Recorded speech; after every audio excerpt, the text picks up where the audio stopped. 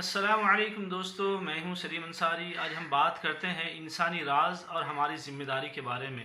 ہم میں سے ہر شخص کے پاس کچھ نہ کچھ راز ہے جو ہم نہیں چاہتے کہ کوئی دوسرا شخص اس راز کے بارے میں جانکاری حاصل کرے اور اسے جان سکے۔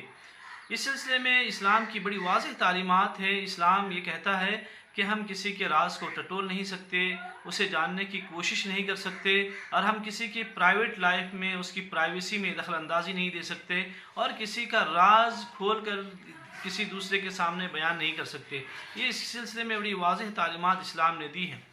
اس سلسلے کا ایک بہت اہم اور مشہور واقعہ ہے ایک ایجپشین عالم دین کا۔ وہ یہ کہتے ہیں کہ مجھے میری پوری زندگی میں کسی نے لاجواب نہیں کیا، لیکن ایک عورت نے مجھے لاجواب کر دیا۔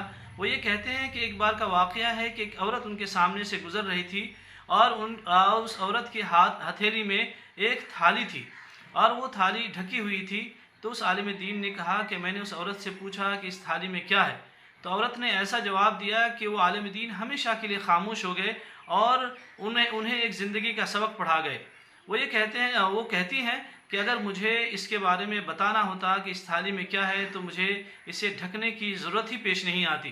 دوستو، ہم بھی کسی راز کو دیکھتے ہیں، کسی ڈھکی ہوئی چیز کو دیکھتے ہیں تو ہمارے اندر بھی کیوریسٹی ہوتی ہے، اسے جاننے کی چاہت ہوتی ہے، لیکن واقعہ یہ ہے کہ ہمیں جاننے کی کوشش نہیں کرنی چاہیے۔ کسی بھی راز کے بارے میں اگر کوئی چیز چھپی ہوئی ہے تو اسے جاننے کی کوشش نہیں کرنی چاہیے۔ ہم میں سے ہر شخص جو انسان ہے اس کے دو رخ ہوتے ہیں، دو اس کا چہرہ ہوتا ہے، ایک اچھا چہرہ ہوتا ہے، ایک برا چہرہ ہوتا ہے۔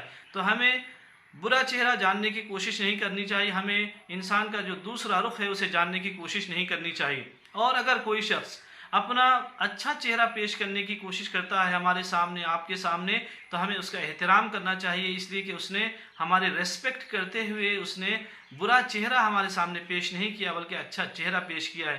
دوستو، ہمیں اسلام کی تعلیمات ہمارے سامنے بہت واضح ہیں، اور یہ واقعہ بھی ہمیں یہ بتاتا ہے کہ ہمیں دوسروں کے راز کا احترام کرنا چاہیے، اور وہ جہاں پر ہیں وہیں پہ رہنے دینا چاہیے۔